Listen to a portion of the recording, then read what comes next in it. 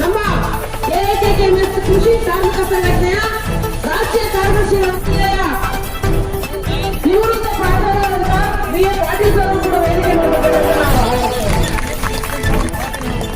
ಮಾಡಬೇಕಂತ ನಾವು ಹೇಳ್ತಾ ಇದ್ದೇವೆ. ಹಾಗೂ ಬ್ಯಾಂಕ್ನ ನಿವೃತ್ತ ಅಧಿಕಾರಿಗಳಂತ ಹಾಗೂ ನಮ್ಮ ಎಐಎಂಎಸ್ ಅಖಿಲ ಭಾರತ ಮಹಿಳಾ ಸಾಂಸ್ಕೃತಿಕ ಸಂಘಟನೆಯ ಜಿಲ್ಲಾ ಜಂಟಿ ಕಾರ್ಯದರ್ಶಿಗಳಾದಂತಹ ಶಿವರಂಜನ್ ಅವರು ಕೂಡ ವೇದಿಕೆ ಮೇಲೆ ಬರಲಿ ಅಂತ ನಾನು ಕರಿತಾ ಇದ್ದೀನಿ. ಹಾಗೂ ಎಐಡಿಒ ಯುವಜನ ಸಂಘಟನೆಯ ಜಿಲ್ಲಾ ಕಾರ್ಯದರ್ಶಿಗಳಾದಂತ ಸಿದ್ದರಾಮ್ ಹಿರೇಮಠ ಅವರು ಕೂಡ ವೇದಿಕೆ ಮೇಲೆ ಬರಬೇಕಂತ ನಾನು ಕರಿತಾ ಇದ್ದೀನಿ. ಹಾಗೂ ವಿಜಯಪುರ ಜಿಲ್ಲೆಯ 5 ತಾಲೂಕಿನ ಇಂಡಿ, ಸಿಂದಗಿ,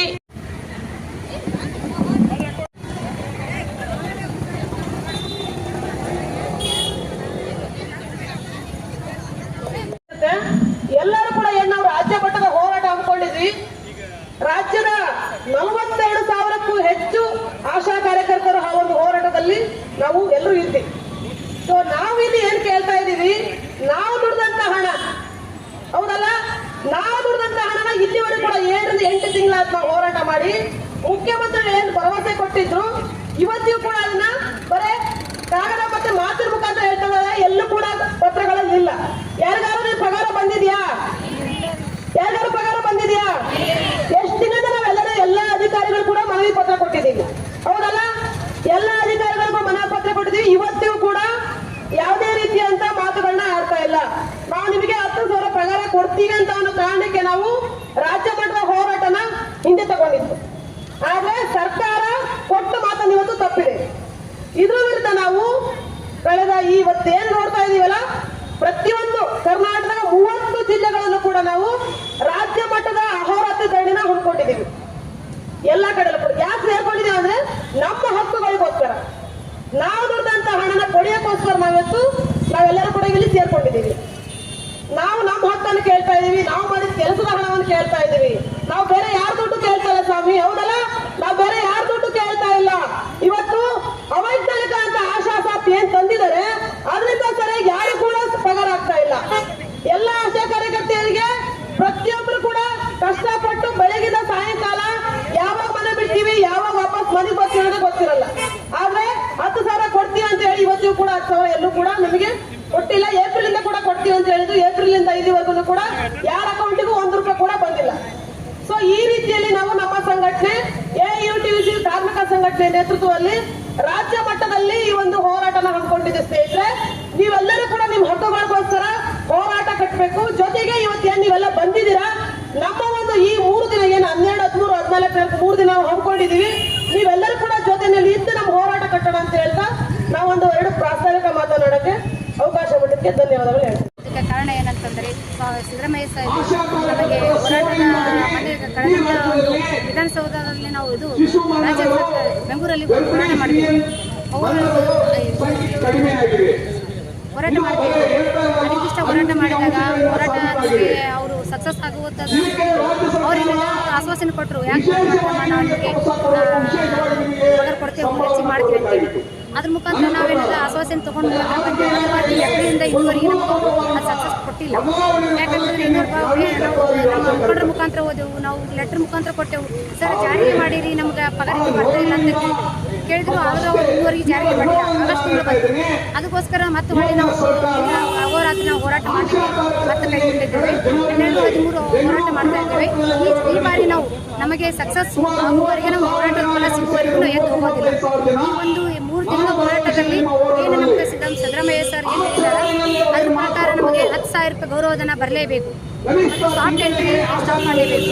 ಈ ಒಂದು ಹೋರಾಟ ನಾವು ಅಲ್ಲಿವರೆಗೂ ಕೈ ಬಿಡಲ್ಲ ಅಂತೇಳಿ ನಾವು ಸಿದ್ದರಾಮಯ್ಯ ಸರ್ಗೆ ಈ ಒಂದು ಆಶಾ ಕಾರ್ಯಕರ್ತರ ಕಡೆಯಿಂದ ನಾವು ಎಚ್ಚರಿಕೆ ಕೊಡ್ತಾ ಇದ್ದೇವೆ. ನನ್ನ ಹೆಸರು ನಿರ್ಮಲಾ ಬೀರ್. ಸುಮಂಗಲ ಪಟ್ಟಣದಲ್ಲಿ ಆಶಾ ಕಾರ್ಯಕರ್ತೆ.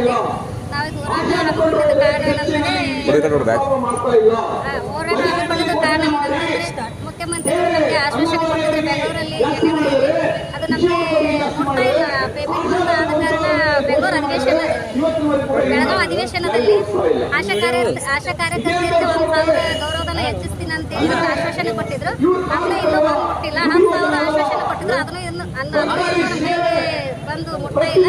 ಅದರ ಸಲುವಾಗಿ ನಾವು ಈ ಹೋರಾಟವನ್ನು ಹಮ್ಮಿಕೊಂಡಿದ್ದೀವಿ.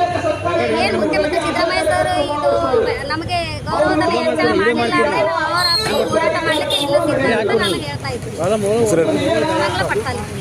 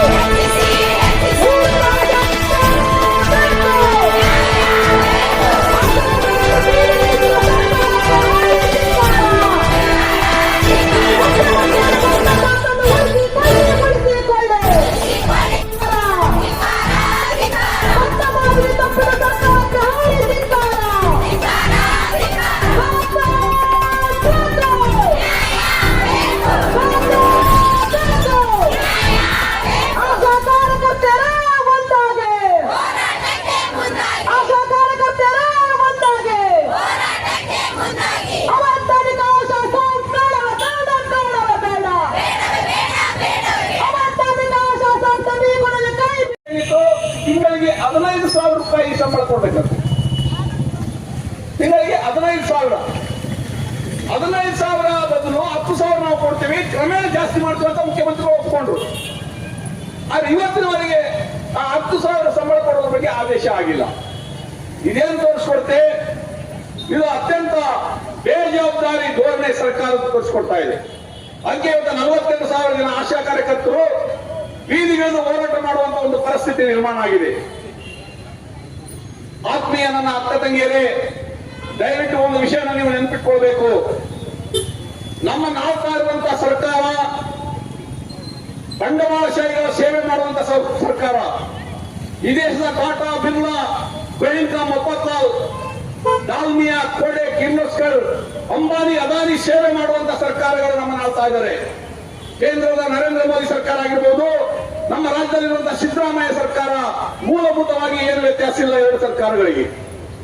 ಇಬ್ಬರು ಕೂಡ ಸಾವಿರಾರು ಕೋಟಿ ರೂಪಾಯಿ ಖರ್ಚು ಮಾಡಿ ಕಾರ್ಪೊರೇಟ್ ಮನೆತನಗಳ, ಮಲ್ಟಿನ್ಯಾಷನಲ್ ಕಂಪನಿಗಳ ಹಿತಾಸಕ್ತಿನ ಕಾಪಾಡ್ತಾ ಇದ್ದಾರೆ. ಆದರೆ ನಮ್ಮ ಕಡು ಬಡ ಆಶಾ ಕಾರ್ಯಕರ್ತರಿಗೆ ಸಂಬಳ ಜಾಸ್ತಿ ಮಾಡ್ತಾ ಇಲ್ಲ. ಇವತ್ತ 14 ಲಕ್ಷ ಕೋಟಿ ರೂಪಾಯಿಗಳು ಶ್ರೀಮಂತರ ಬ್ಯಾಂಕ್ ಸಾಲವನ್ನು ಮನ್ನಾ ಮಾಡಿದ್ದಾರೆ ಕೇಂದ್ರ ಸರ್ಕಾರ, ಶ್ರೀಮಾನ್ ನರೇಂದ್ರ ಮೋದಿ ಅವರ ಸರ್ಕಾರ. 14 ಲಕ್ಷ ಕೋಟಿ ರೂಪಾಯಿ ಕಳೆದ 10 ವರ್ಷಗಳಲ್ಲಿ. ಆದರೆ ರೈತರು ಸಾಲ ಮನ್ನಾ ಮಾಡಿಲ್ಲ. ಬೀಜ, ಗೊಬ್ಬರ, ಕೀಟನಾಶಕ ಮೇಲಿರುವಂತಹ ಎಲ್ಲ ಸಬ್ಸಿಡಿನ ವಾಪಸ್ ತಗೊಂಡಿದ್ದಾರೆ. ಇವತ್ತು ರೈತರ ಮಧ್ಯದಲ್ಲಿ ನೀವು ಕೆಲಸ ಮಾಡ್ತಾ ಇದ್ರಿ. ಬಹುತೇಕ ನಮ್ಮ ಆಶಾ ಕಾರ್ಯಕರ್ತರು ಹಳ್ಳಿಯಲ್ಲಿರುವಂತಹ ರೈತರ ಮಧ್ಯದಲ್ಲಿ ಅವರ ಹೆಣ್ಣು ಮಕ್ಕಳು, ಅವರ ಮಕ್ಕಳು, ಅವರ ಆರೋಗ್ಯ ಪರಿಸ್ಥಿತಿಯನ್ನ ನೀವು ಉತ್ತಮ ಮಾಡಲಿಕ್ಕೆ ಪ್ರಯತ್ನ ಮಾಡ್ತಾ ಇದ್ರಿ. ಇವತ್ತ ಕೇಂದ್ರ ಸರ್ಕಾರ ಅವರು ಇದ್ರ ಬಗ್ಗೆ ಗಮನ ಹಾಕಬೇಕಾಗಿತ್ತು. ಇವತ್ತಿನ ಕೂಡ ಕೇಂದ್ರ ಸರ್ಕಾರ ಗಮನ ಹಾಕಿಲ್ಲ. ಹಾಗೇನೆ ನಮ್ಮ ರಾಜ್ಯ ಸರ್ಕಾರ ಕೂಡ ಗಮನ ಹಾಕ್ತಾ ಇಲ್ಲ. ಅಂದ್ರೆ ದುಡಿಯೋ ಜನಗಳ ಹಿತಾಸಕ್ತಿನ ಕಾಪಾಡುವಲ್ಲಿ ಸಂಪೂರ್ಣ ಈ ಎರಡು ಸರ್ಕಾರಗಳು ಫೇಲ್ಯೂರ್ ಆಗಿದೆ ಅಂತ ನಾನು ಹೇಳಲೇಬೇಕಾಗಿದೆ.